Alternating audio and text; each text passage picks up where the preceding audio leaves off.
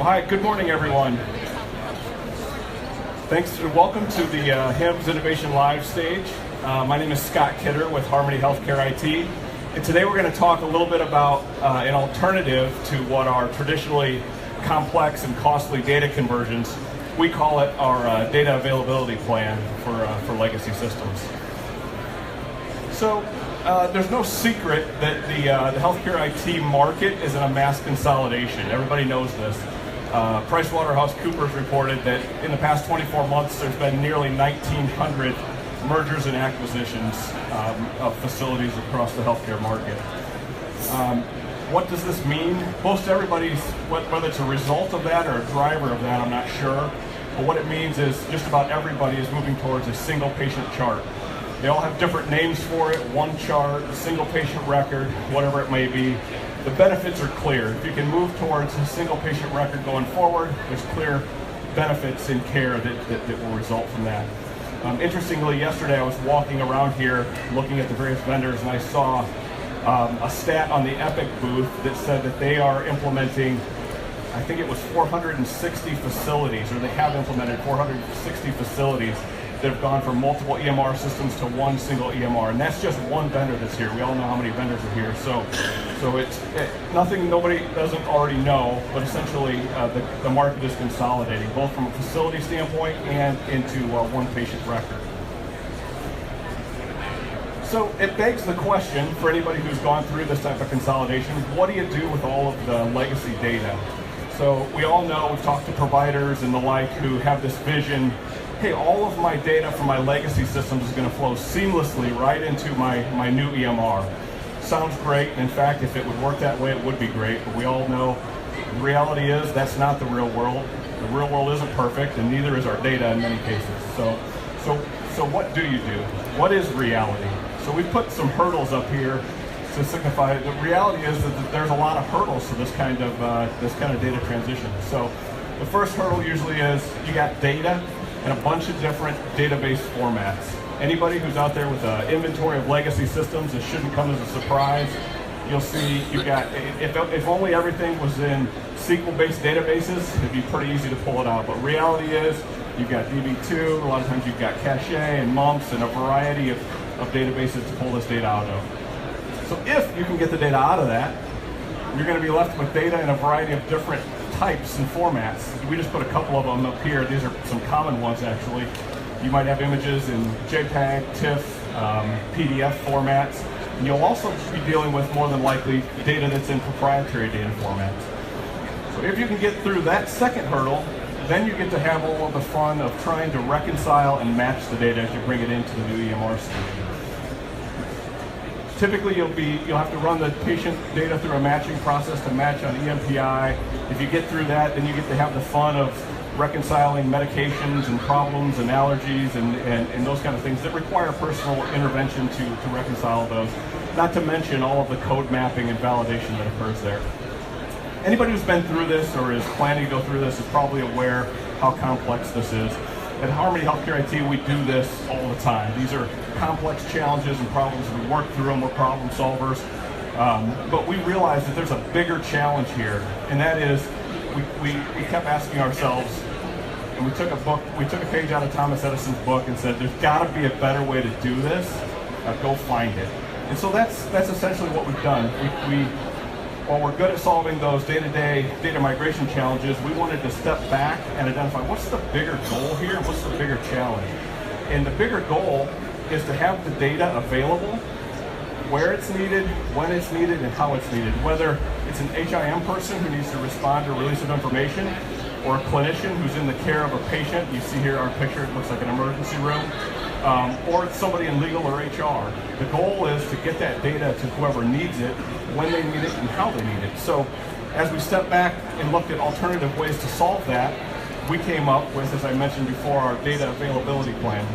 And really it's a 4-step process, and some of these steps you'll see are quite common. There's a lot of companies out there who do data extraction and data transformation, but some of them are pretty unique. And what we've done here, and specifically that last step, enabling that data.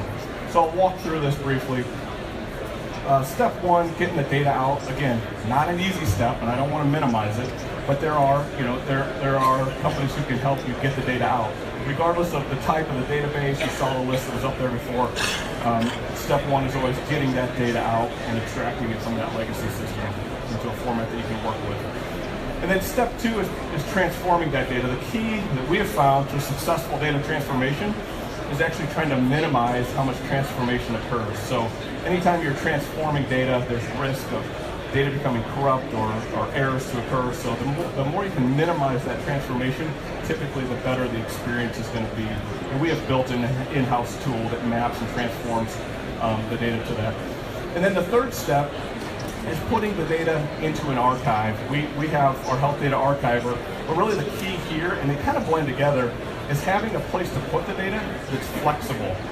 The challenge with the data conversion historically is you're trying to force data from multiple systems into a pre-existing structure. The beauty of this is having a vendor-neutral, database-agnostic storage facility that can store discrete data, can store documents, it can store images, in as close to the native format as it was, so that it can store it in there with minimizing that transformation process in the middle that's there.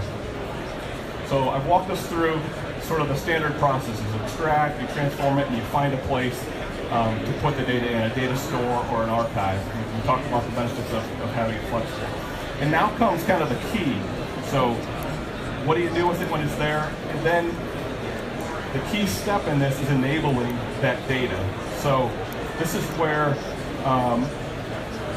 moving the data to an EMR, even if it was perfect data, is great, but that only gets it to the EMR. The real goal as we step back is getting the data to all the places it needs to be. And we put some examples up here. So certainly we can integrate to the EHR. So instead of moving it to the EMR, use single sign-on to make it available from the EMR. Or better yet, in some cases, Cerner has something called M-Pages as an example. You can actually call data from an archive right into the EMR. So what's that mean?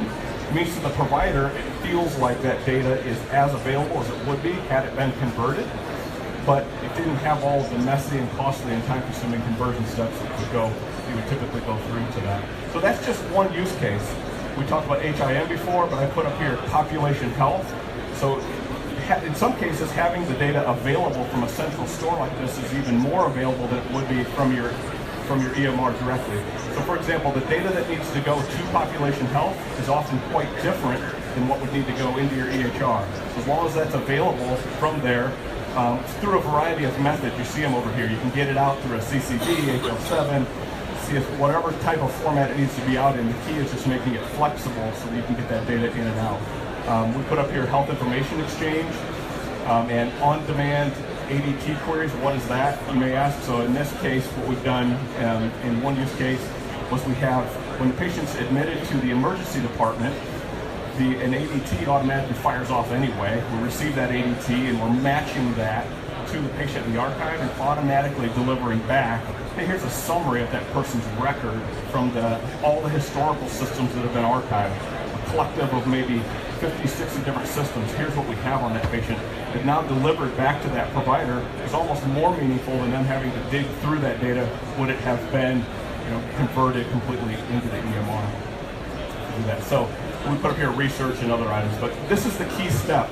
So getting the data out, transforming it and storing it in archive, and then the last step here is making that data available by enabling it through a variety of methods. And there's not one size fits all when it comes to this. As you guys all know, every system has its own unique needs and what data even needs to be received and how it needs to be received and what those formats are in. So again, the key here is flexibility in that. So that's our take on what that is. And in the end, it circles back to getting the data, again, when and where and how it's needed to the appropriate people at the appropriate time in that. And not only does it improve care, but hopefully it improves workflow, saves efficiency. Of course, it lowers the costs of a data conversion that would typically be associated to that. So that's what we came here to present to you guys today. We're here. I welcome taking any questions now. We're also over at booth 7760 if anybody has questions around how you may be able to implement one piece or this type of plan in your organization. We welcome talking about that with you guys. And I'm happy to take any questions if anybody has any today here.